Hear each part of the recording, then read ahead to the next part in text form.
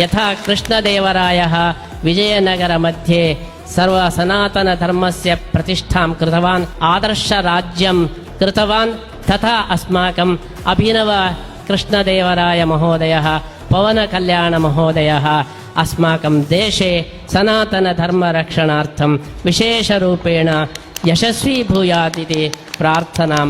అది ఒక నిబద్ధతకి దక్కినటువంటి గౌరవంగా భావించాలి. ఈ పీటీఎంలో పేరెంట్స్ టీచర్స్ మీటింగ్ లో నా సొంత ఖర్చుతోటి మీకు లైబ్రరీ ఇస్తానని చెప్పి వాళ్ళకి వాగ్దానం చేశారు. ప్రభుత్వం చేయాల్సినటువంటి పని.